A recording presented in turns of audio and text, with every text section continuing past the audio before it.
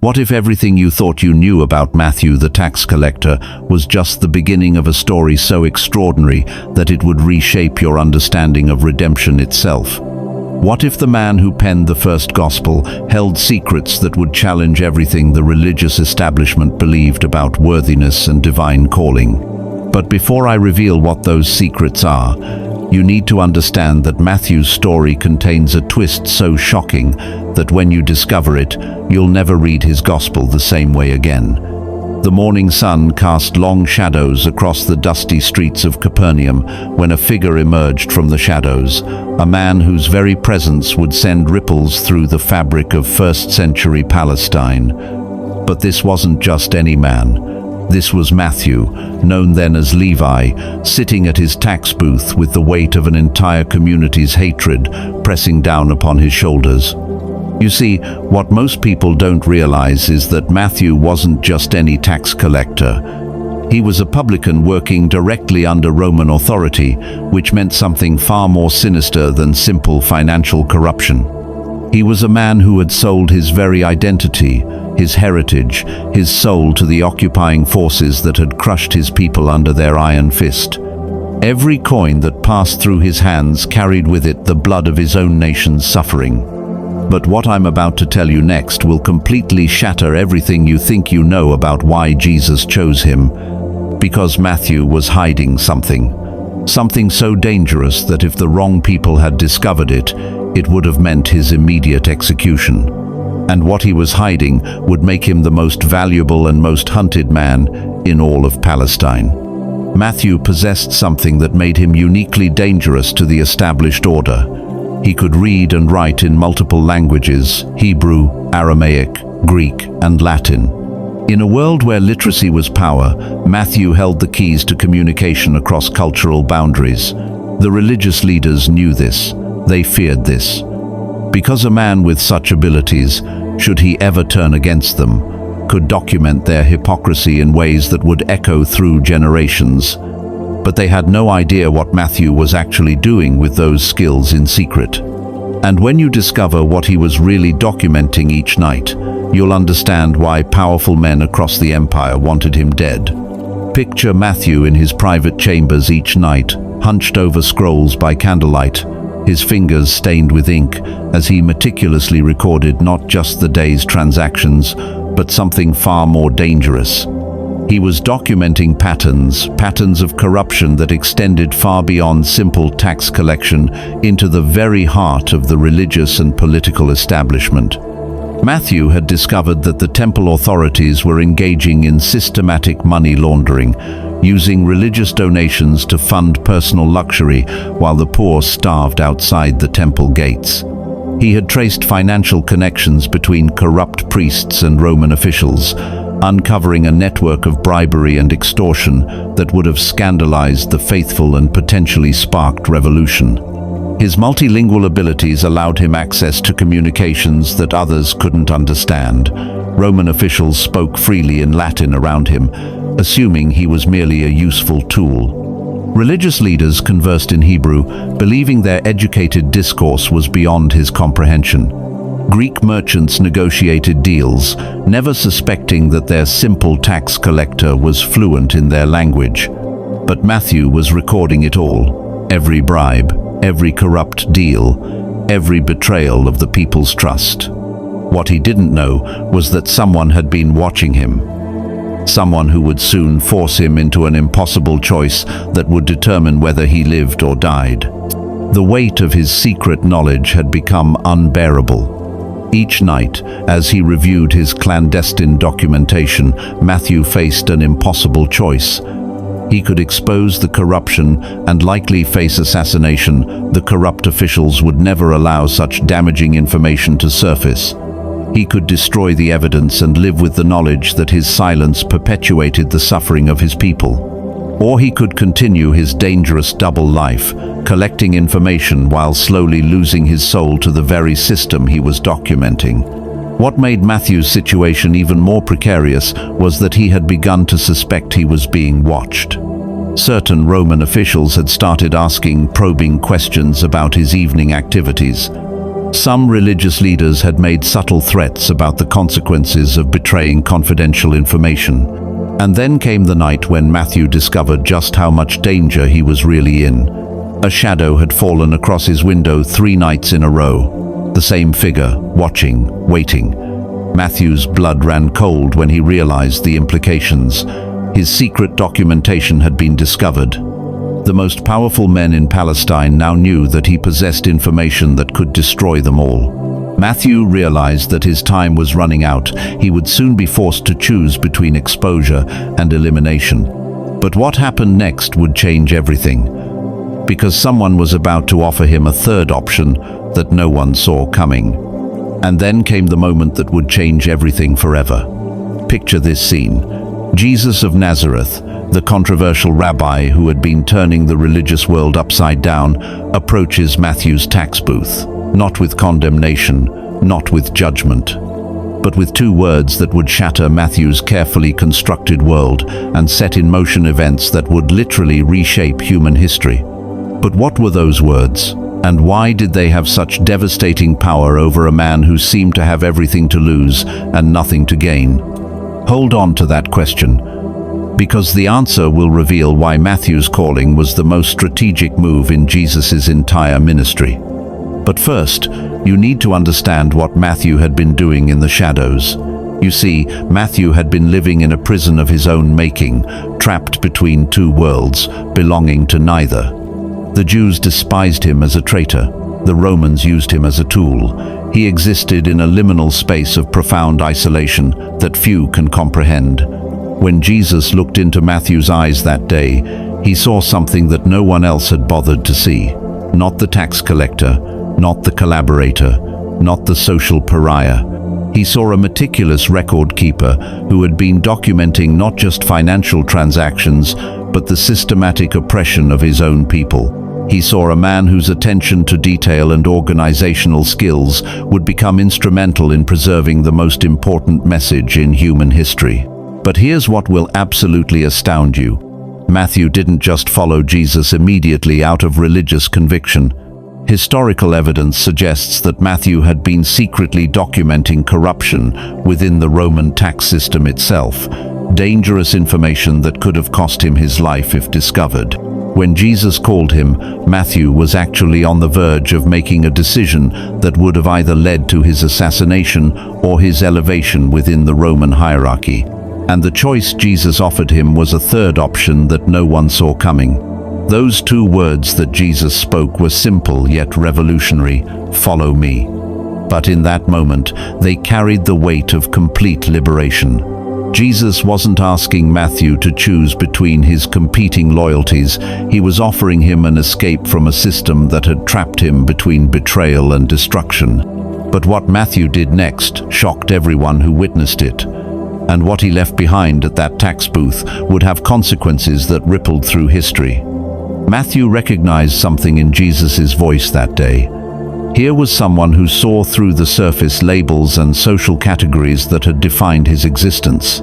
Here was someone offering not just forgiveness for his past, but purpose for his future. In an instant, Matthew understood that following this radical rabbi would allow him to use his unique skills for something greater than personal survival or political maneuvering. Matthew abandoned everything that day.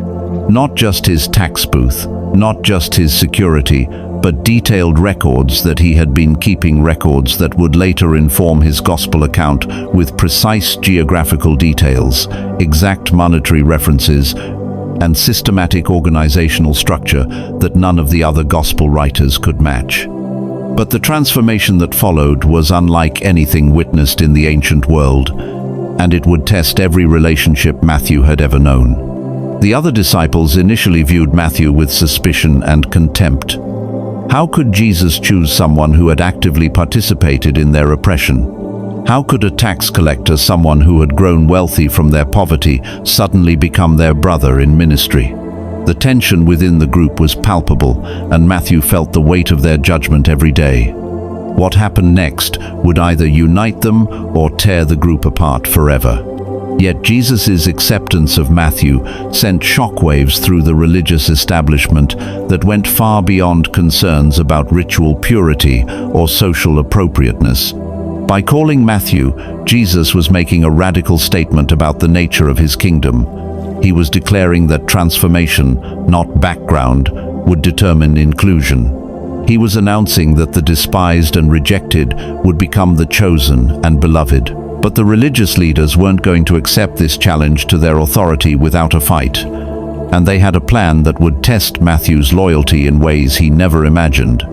Matthew's presence in Jesus' inner circle also provided strategic advantages that the other disciples couldn't offer. His understanding of financial systems allowed him to anticipate economic challenges and opportunities. His literacy in multiple languages made him invaluable for communicating with diverse audiences. His knowledge of Roman law and procedure helped the group navigate legal complexities. Where other disciples struggled with understanding Jesus' teachings, Matthew approached them with the methodical precision of a trained accountant. He categorized Jesus' sayings, organized his parables, and structured his genealogy with mathematical precision that reveals patterns invisible to casual readers. But Matthew was about to discover something about Jesus' teachings that would revolutionize his understanding of everything he thought he knew about justice and revenge. This systematic approach wasn't just about organization, it reflected Matthew's deep understanding of how documentation could preserve truth across generations. Having witnessed how corruption flourished in darkness, Matthew was determined to ensure that Jesus' words would be recorded with such precision that they couldn't be distorted or forgotten. Matthew's Gospel isn't just a religious text, it's a carefully constructed legal document designed to prove Jesus' legitimate claim to the throne of David using Roman legal standards. Every detail, every reference, every genealogical connection was selected and verified with the meticulous attention of someone who understood that documentation could mean the difference between life and death in Roman courts. And here's where the story becomes almost unbelievable. Matthew was the only gospel writer who recorded Jesus' specific teachings about money, taxation, and economic justice. Why?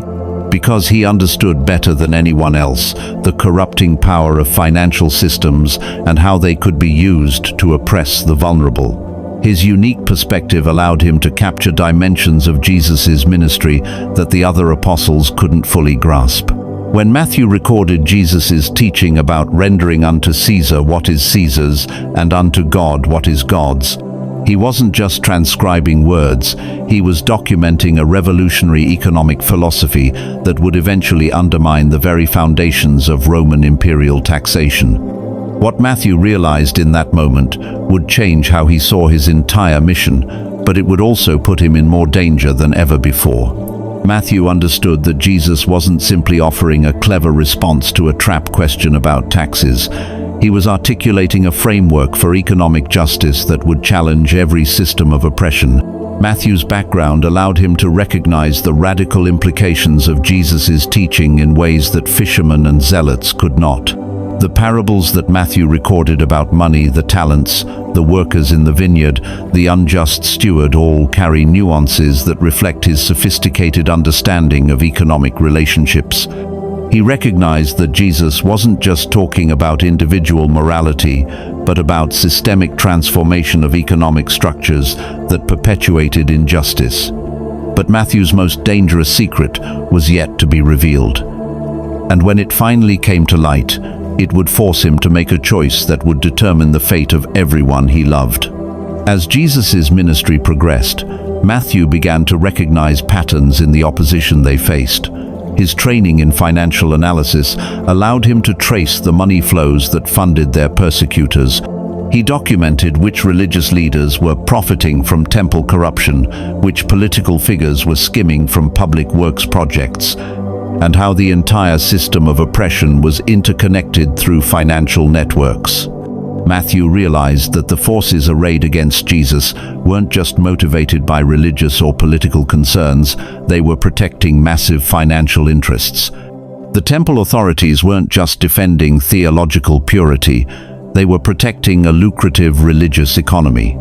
The Roman officials weren't just maintaining political control, they were safeguarding economic exploitation. This information made Matthew perhaps the most valuable and most dangerous member of Jesus' inner circle, and his enemies were about to make their move. His insider knowledge of corruption networks meant that he could have destroyed many of Jesus' enemies simply by releasing the evidence he had accumulated.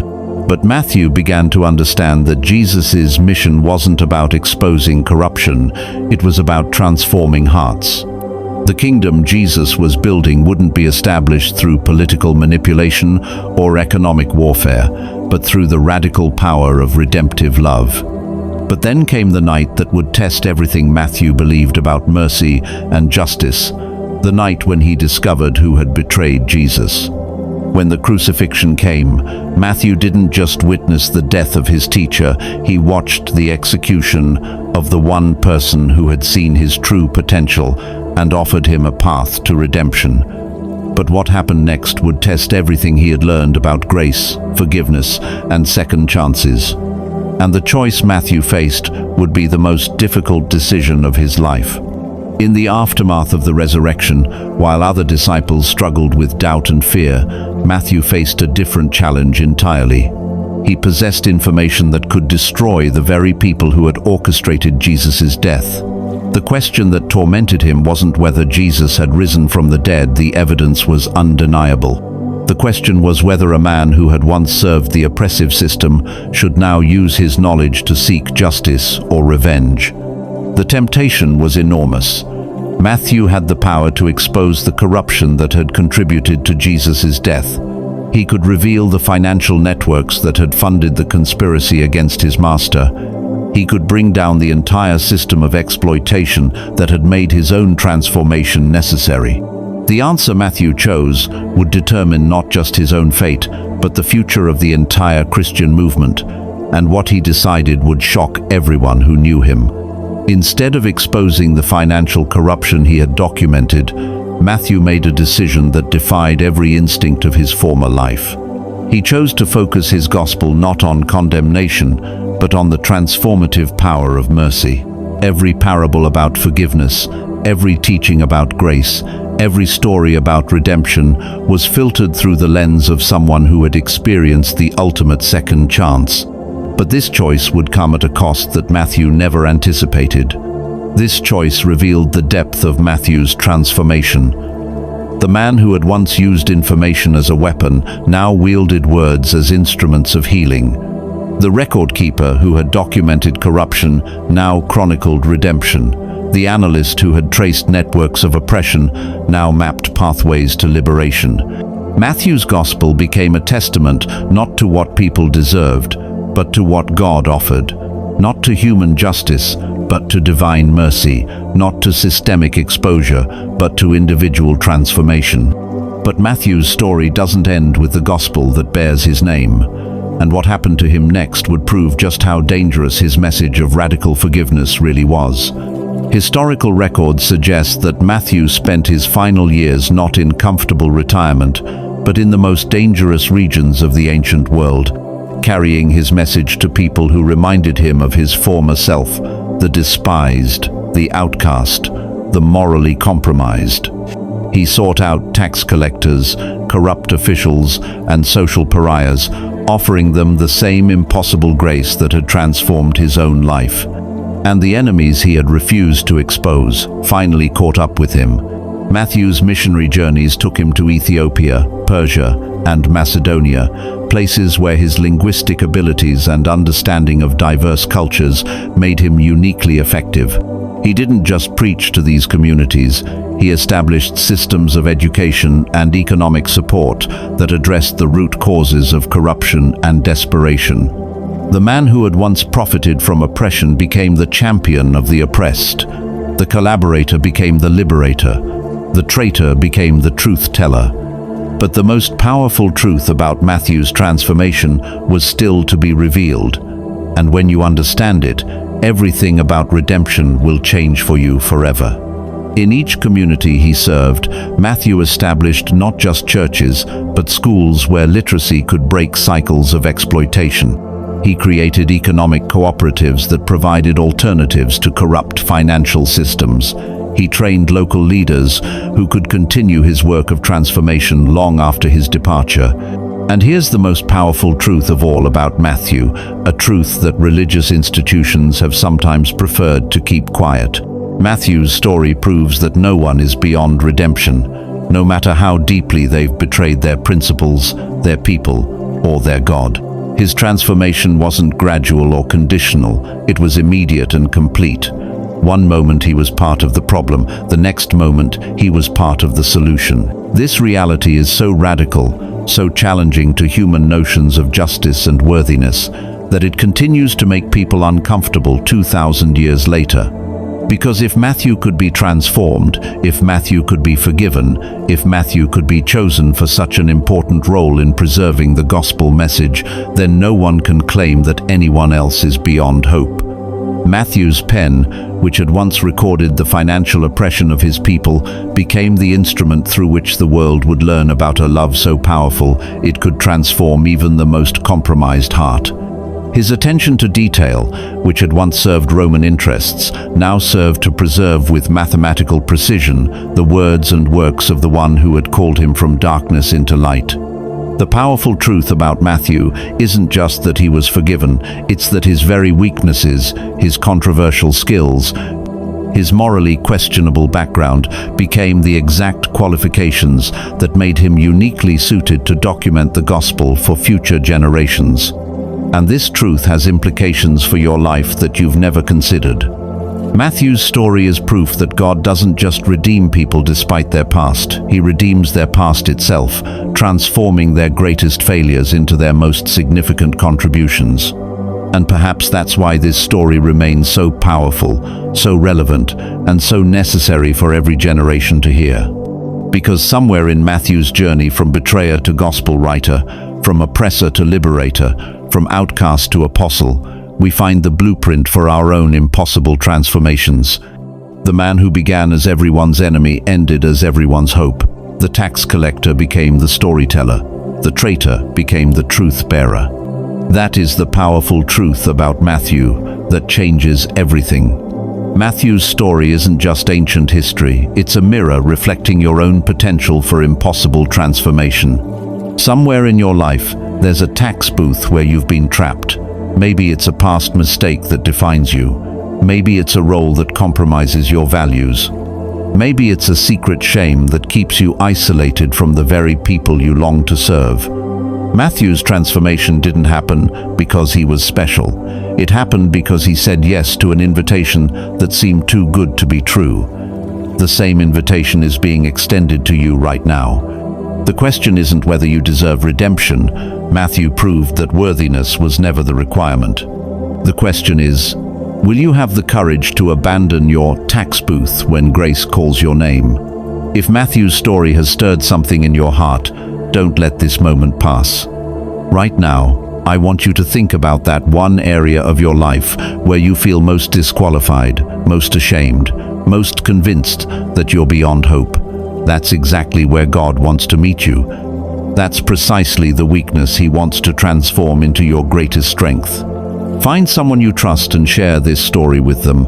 Tell them about the tax booth in your life that you're ready to abandon. Because transformation doesn't happen in isolation, it happens in community, just like Matthew found with the disciples.